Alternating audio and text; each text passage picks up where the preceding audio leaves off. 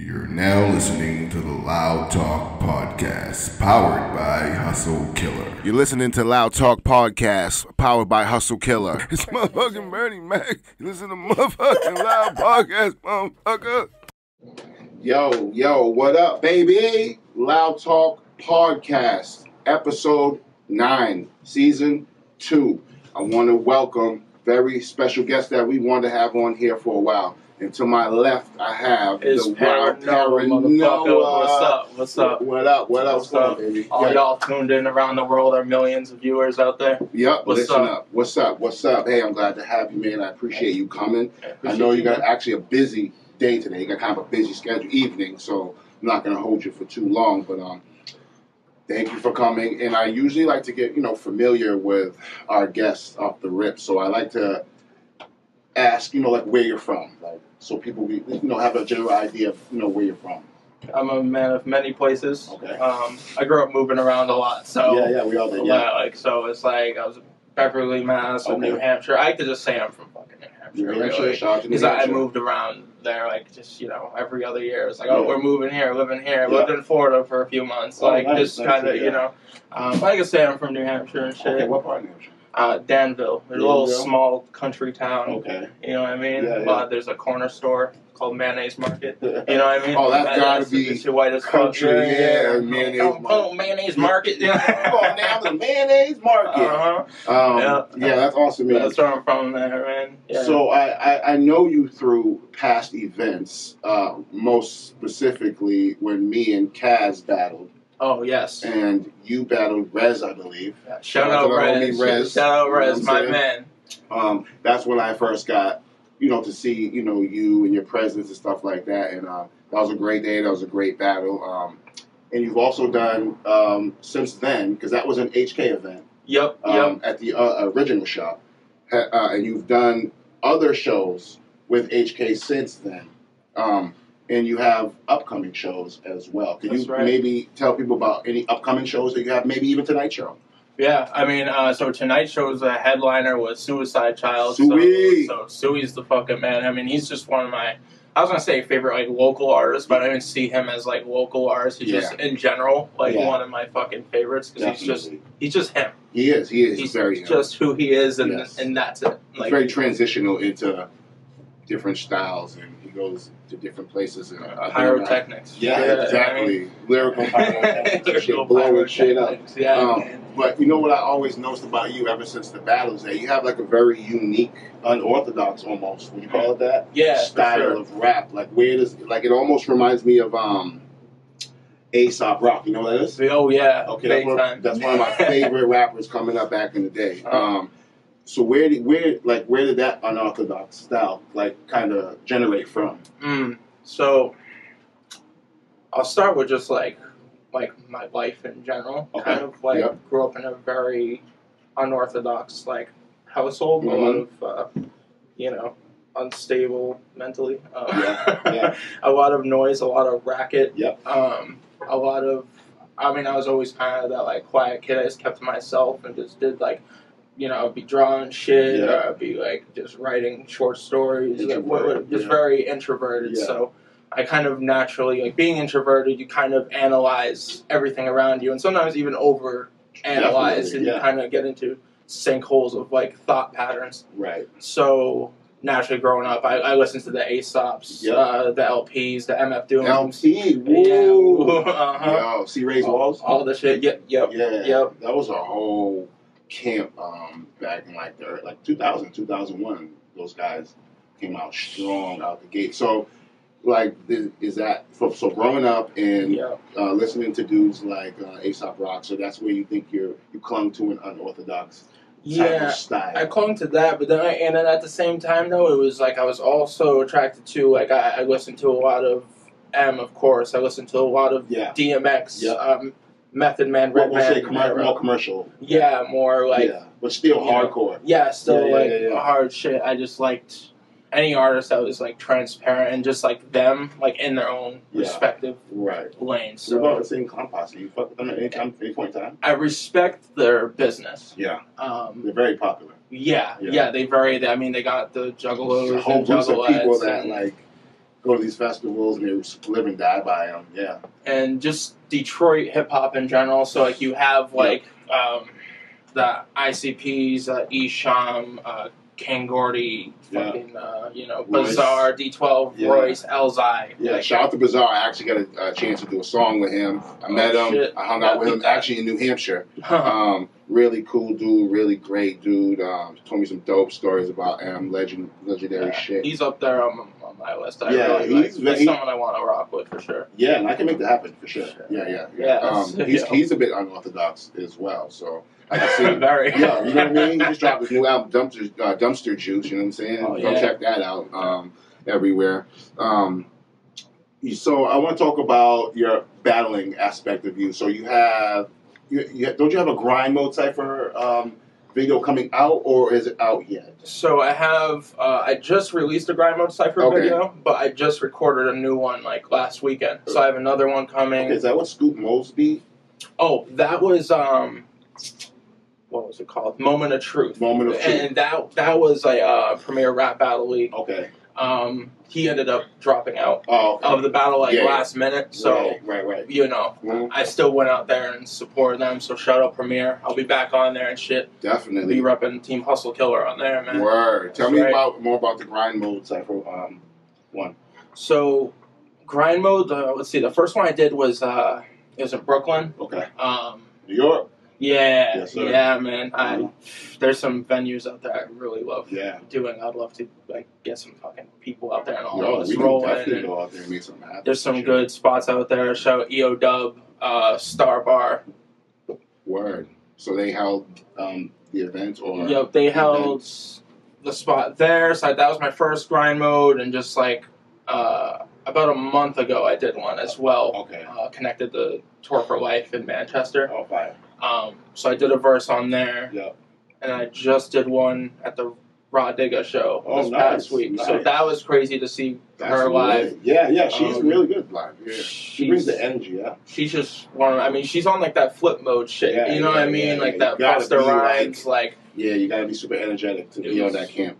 Definitely. Yeah, it was one of the livest shows I've seen in a really long time. And coming right off the heels of like seeing the KRS and Kane verses. Yeah. Oh, that was a dope verses. I didn't even really like that because I'm a little bit older, but I don't like all that old school stuff because I listened to it for so many years. But to see these verses is really like refreshing because you're in your home. You know, you can see it, and it's like these legends and nothing but love. Ain't no animosity or nothing like that. You know what I'm saying? Yeah, exactly. So who would be a verse that you want to see? It could be anybody that you want to see. Oh man. Can I mix can I put dead rappers in there? Yeah. All right. Sure. I would want to see, this is going to sound weird, but I'd want to see Joey Badass and Big L. Joey Badass and Big L. Wow. That would be a crazy battle. I would want to see that, and then it would be entertaining because they already have a group, but I'd want to see Killer Mike and LP do a versus, which would be funny, and they would just throw a Run the Jewels track in there or some shit. That'd be fire. That would be some shit because they both got very different catalogs, but they kind of are cut from a similar cloth. Yeah, I definitely agree with that. So do you have any future battles coming up, or just the ones that are coming out recent? I believe I have one in February. I don't have an opponent confirmed yet. Okay. But I'm writing for it. I'm always writing and stacking ammo for whatever it may be. Yeah, you got to, especially when you're in the cipher world and the battle world. Even writing song world, you always gotta stay sharp with the pen. So now you have a new single called "Jump Rabbit." Oh yes. And you have put out a visualizer with it. Mm-hmm. Yeah. I seen that. Tell us about that single. Oh, so "Jump Rabbit" I wrote during quarantine. Okay. It's definitely, when you listen to it, you can tell I heard it today, it's very claustrophobic. Yeah. It's a wild track. Yeah. I went really left field with it. I was, the way I came up with the song was I was living on Dead End Street at the time. Yeah. And I was driving out of there and I was responding to some dumb text. I was probably LOL, some stupid shit. Right. And then this fucking rabbit jumped down in the road and I hit it with my car. That happened to me too, yeah. And so that's they just Yeah, they do. They don't even, like, at least squirrels be like, nah, fuck this, and go a different way. Yeah, they have like the stop, go thing. They're like, oh, fuck, I don't want to commit suicide. You know, I relate more with squirrels. So that experience is what brought you to name a song that? That's what inspired it, because, like, I hit the rabbit, and then I was just like, oh, man, that sucks. And then I was like, wait, this would be cool cover art. Right. So, like, I got out of my car. Oh, that picture is the actual picture? It's the actual rabbit. It's its actual guts. No way. All that shit. I seen that shit. Yeah. I thought it was like just a fucking Google image picture. Nah. A lot of people thought it was like an art piece. Yeah. But what I did, I got out of my car and, like, I turned the high beams on, so I have some professional lighting, kind of like this, you know? And then I fucking, like, moved it around on the street a little bit and, like, got my shot. Yep. And I was like, somehow I need to come up with a song with this. And I was like, okay, I was texting and driving. Rabbit died, okay. I mean, like, I started thinking about, like, social media. I started thinking about, like, our addiction to that. I started thinking instant gratification. I'm like, oh, if I wasn't doing that, then this wouldn't happen. So there goes my overthinking shit. Right, like we were saying earlier. So I started going into it. So I went back inside and took a couple edibles and wrote Jump Rabbit. Wow. And that's on all platforms? Yep, all platforms. Make sure you check that out. Paranoah, P-A-R-A-N-O-A-H. You go check that out. It's called Jump Rabbit, and it's a visualizer. Oh, yeah. With it. Definitely some fire content. What's When October Left? When October Left. You heard about that? Oh, yeah. I know about October Left. Okay. That's a good question. That's a really good question. Yeah. So tell me all about that. Yeah. So When October Left is an album I've been working on for the past, like, year and a half. Okay. While also working on other ones, because that's how I think. I start, like, multiple projects. And I go all over the place. Gravitate to which ones you're going to finish up. When October Left is a core project I always return back to. Okay. It's produced by one of my friends, SFM 35.8. Okay. Radio station. Shout out to them. Shout out to them. Yes. And he's actually from London, and all of his production, it's like grimy boom bap shit, right? Yeah. But he plays live acoustic through the whole thing. Wow. So it's a very obscure, it's a very different sound. It's very disjointed. Yeah. And I've been working on that album for a long time, and kind of like what inspired that album was like a mental breakdown I had a couple years ago. Okay. And I was like just kind of documenting it and just kind of going through all of that. It's a very fucking dark album. So is that going to be done anytime soon, or? There's only one song left. Okay. There's only one song left to do. Yeah. That's the one I'm stuck on. But the first single for it is dropping at the end of next week. Okay, what's that called? That's called Crazy Stuff. Crazy Stuff? Yeah. Well, I'd definitely be on the lookout for that. So that is an album you're working on. Is that the album that you're making a movie to? Oh, yes. Okay. Yes. Johnny Broadway? Is that what it's called? Yeah. You did your research on this. It's like Nardwuar right now. Yo. Yeah. Oh, man. So, yeah, I'm working on a film. That's coinciding with each other. Oh, yes. Right, yes. Cool, it's tied in. It's looped in. Yeah. I'm working on, like, a short horror film with my good friend Tyler Armstrong. Okay. Shout out to Tyler Armstrong. Right? Yes. So, hard-ass name. Sounds like a professional wrestler or some shit. Armstrong. Bar. Right. But we've been working on that basically since I started working on the album. And it's really like a separate thing, but I was like, oh, like the storyline we're going with, it ties in so well. So like, yeah, let's bring the two together. Yeah, I was like, let's kind of like fuse the worlds. Yeah. So we're working on that. Like some of the actors in the movie are like local rappers. Like my man Pete Nice is in there. Pete Nice. Yeah, shout out to Pete, man. Hey, I'm a local rapper. Oh, yo. I need parts. Yeah, you want a part? You can be a body part? Yeah, exactly. Just a limb. Just my arm with one of my tattoos so everyone else can. Just my wedding ring. So everybody sees that it's me. That's right. Now, what is Mannequin? Oh, okay. Here we go. This is good. So, Jenny Broadway is actually the mannequin. Is the mannequin. You have a mannequin. And also kind of like an alter ego of sorts I have. She has her own mannequin, M-A-N-K-I-N though, right? Yep. Not like the regular mannequin. Yeah, not the regular kind. Okay, right. Not the regular kind. Yeah. And so it's like an akin to something kind of thing. So it's like another side. Wow. And so you really bring your life surroundings into your music like full force. That's completely, so that's completely. Dope. Yeah, so tell me about the mannequin thing. That is Jenny Broadway. No? That's Jenny Broadway. Okay, yeah, and like in the film, she has her own reality show. Right. It's like this kind of like fashion / bad girls club kind of vibe. Okay. And like the girl like in the film that's like going through her own like mental breakdown and like self-discovery is like watching this Jenny Broadway show, and she's like, why can't I be perfect like her? You know, it's a fucking mannequin. Yeah. You know what I mean? So God, it's like, funny. so it's yeah, man, it's some funky shit. She has her own Instagram page. Follow at Miss Jenny Broadway. You'll see a lot of strange Jenny things. Broadway, the mannequin, baby. Yeah. Oh my God. She doesn't post too often, but like she might randomly follow you. Yeah, exactly. You never know. Yeah. You might get a DM. So to my understanding, like movies and directing is like a very big passion of yours, right? Very much. Is that from like obviously watching movies growing up and stuff like that, or specifically horror movies? Or? Yeah, I think when I was like 7 or 8 when I saw Texas Chainsaw Massacre. The original? Time. Yeah, and okay. it was like they were putting it out, and like it was like a reissue thing, and it was in the theaters. Yeah. And I remember when they redid it. Yeah. Yeah. It was. It's not the old one, but it's one from like the early 2000s. Wait a second. Wait.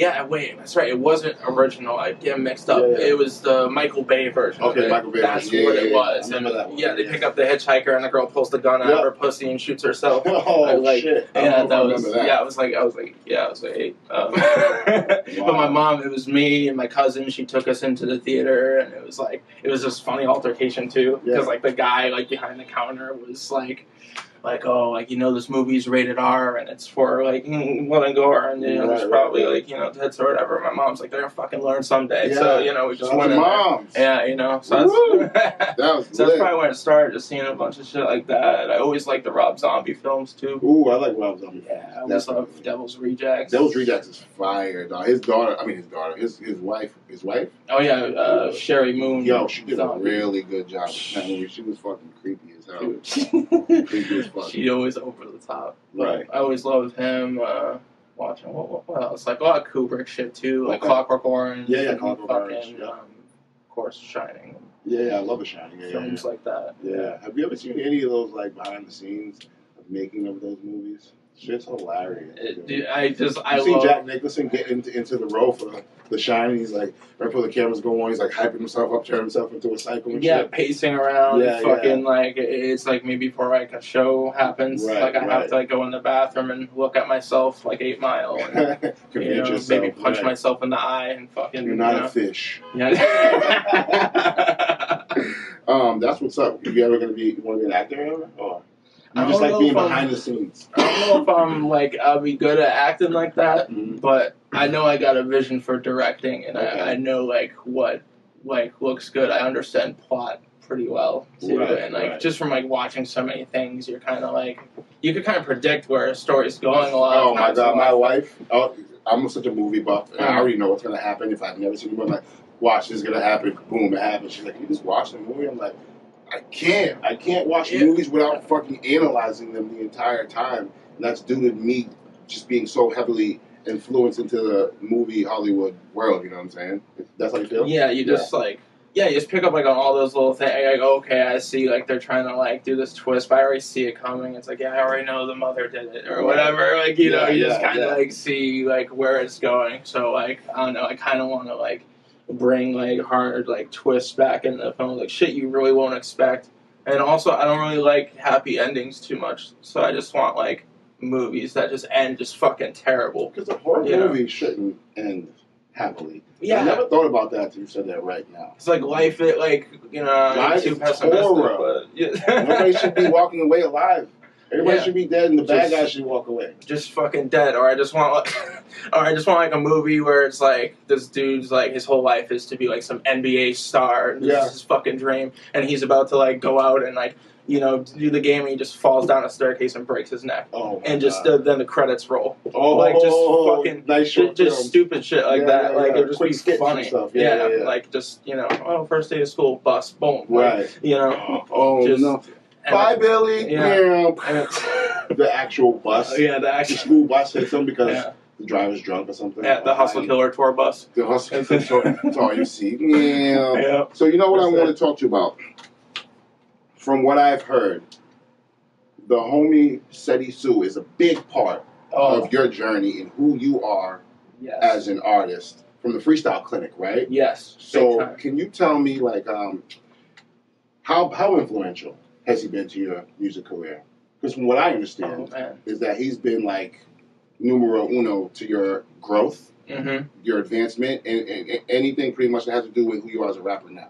Oh yeah, he is like that mentor. He's the fucking Miyagi of this shit for me. You know what I mean? He's really crafted like really like the foundation of like how to approach like down to like live shows, just like self-expression in general. Like he really in Freestyle Clinic really gave me a space to just Freestyle Clinic. shout out Freestyle Clinic, man. Shout out Frankie, Kitty, all of them cats. Word. So like he gave you like that space to where you could like understand to just do things. it and just say whatever the fuck comes to mind, and not like you know, like sometimes you'll step in ciphers or things and filter yourself kind of. You know, especially like in this. You definitely don't hold back when you fucking freestyling, dude. I just let it fly. I can't fucking help it. It's just a blender of shit that just. But he just like let that happen, and then like he would just ask questions like, well, what does that mean to you? Yeah.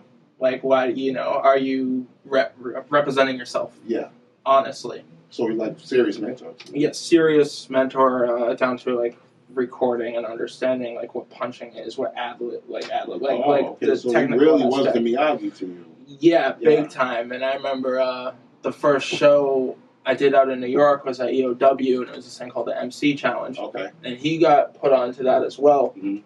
And so he had like this room next to the clinic, and he was just like, okay, like you need to kill this show. Right. So like he brought up like a bunch of folding chairs and set them up in the room. Yep. And he was like, okay, this is your audience. So like walk in like you're performing and rap to like the empty chairs. Yeah, that's arts development, what that's called. Yeah. Big time. Big time. So he's a co-founder of the Freestyle Clinic. Right? Yep. So wow, even down to like to perform in front of people, just putting chairs. So, like, what else did he do? Everything, huh? Yeah, just too much probably really to even mention. But like, like so much. I wanted to bring him up because from what I understand and what I've heard, that he's super important to you. So shout out to the homie Seti. Yeah. Is it Seti Tzu, like Sun Tzu? Yeah, yes, like Sun Tzu. Okay, Sun Tzu. And that's how I got inspiration for my name was Sun Tzu, because it's paranoia. So it's as above, so below kind of like thinking. So wow. Yeah, he was. Thank you for asking me that. No, not a problem. Not a problem. From what I understand, he's been super influential to you, so I could not bring that up. You know what I'm saying? Yeah, no, that's. You know what I want to talk to you about? Because I know I follow you on Facebook, and we have similar views on things that I see. But I really want to talk about mental health. Oh, can we talk about mental health for a second? Yeah. And the phobia, of, like Kanye said. The phobia of mental health that inner city mostly people have? Yes, that is really good questions. I'm happy about this interview. Yes, I'm very happy about this. Good. No, I mean, I think there's such a skew. I mean, it's getting like a little better today. Yeah. But I think there is like a general misunderstanding, and there's a kind of stigma on mental health. Like you really like if you are going through some shit, like you should actually like talk to someone. You should actually talk to someone. Yeah. And not just be like nah, I'm good. I'm good, because like the mental spiral could you're eating yourself from the inside. Definitely. I think a lot of the way it's like portrayed in media and like some like hip hop shit. Yeah. And like stay away from that, yeah. It's like staying away from that, or it's like there's like this glorification of it that's kind of weird to me. It happens a lot, like in particular, like that's why I don't really label myself like horrorcore, for example, because it happens like a lot in like that genre. Okay, like yo, I'm insane, I'm crazy, and like it's kind of like the crazy rapper like thing. First person that comes to mind is Stitches. Yeah, like shit like that. So yeah, like I was saying, like Stitches, like that's the genre that you were saying of like people that try to glorify the mental health thing. Which that's not. I don't think that's cool. Yeah. I mean, like it's like people could like do what they want type of thing, but in terms of like I don't know, I could kind of sense when something is like disingenuous. Yeah. You know, like.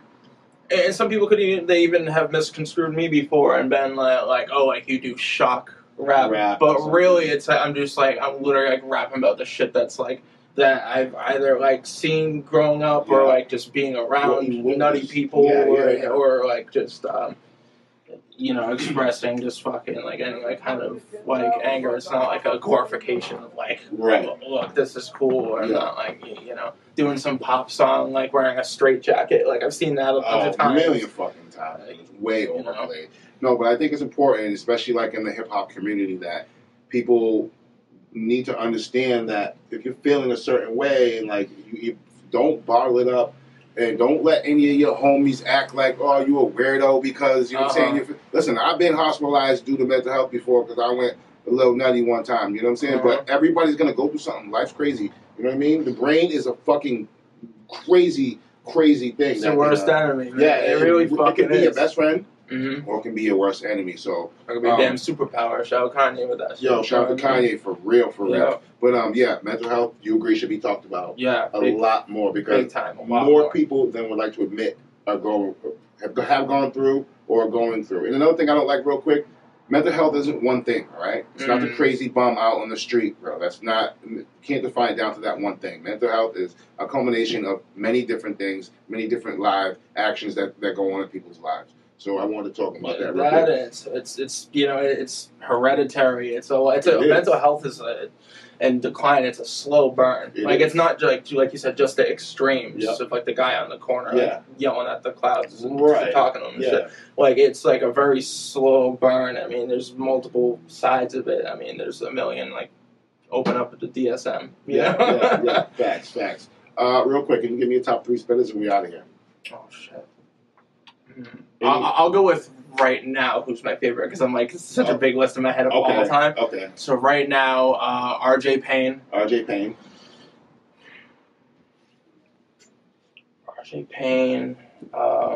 gotta throw Royce in there. Royce the 5'9". I gotta throw battle rapper Rum Nitty. Rum Nitty is a big shout out to Rum Nitty. He actually influenced me a lot with that Ace vs. Kaz battle, and he's definitely. You killed that shit. I love that battle, man. Yeah, that shit was cool. All right, we were supposed to do another one, but I don't know what's going on. Zachary. But anyway, listen, Paranoia. Yes. Thank you so much for coming. Sorry for sweaty palms. No, hey, the lights. Arms is heavy. You know how that goes. You know what I'm saying? That's right. Mom spaghetti. That sweatshirt all spaghetti. That's right there. Hustle Killer. And what I wanted to say real quick before I go, thank you to our sponsors, Hustle Killer and Goat House Studios. The wheels don't turn without them. So I want to thank you, and we appreciate you. This is episode 9. Season 2. Paranoia, Loud Talk Podcast. Shout out to Nico Hustle, man. We out of here. Peace.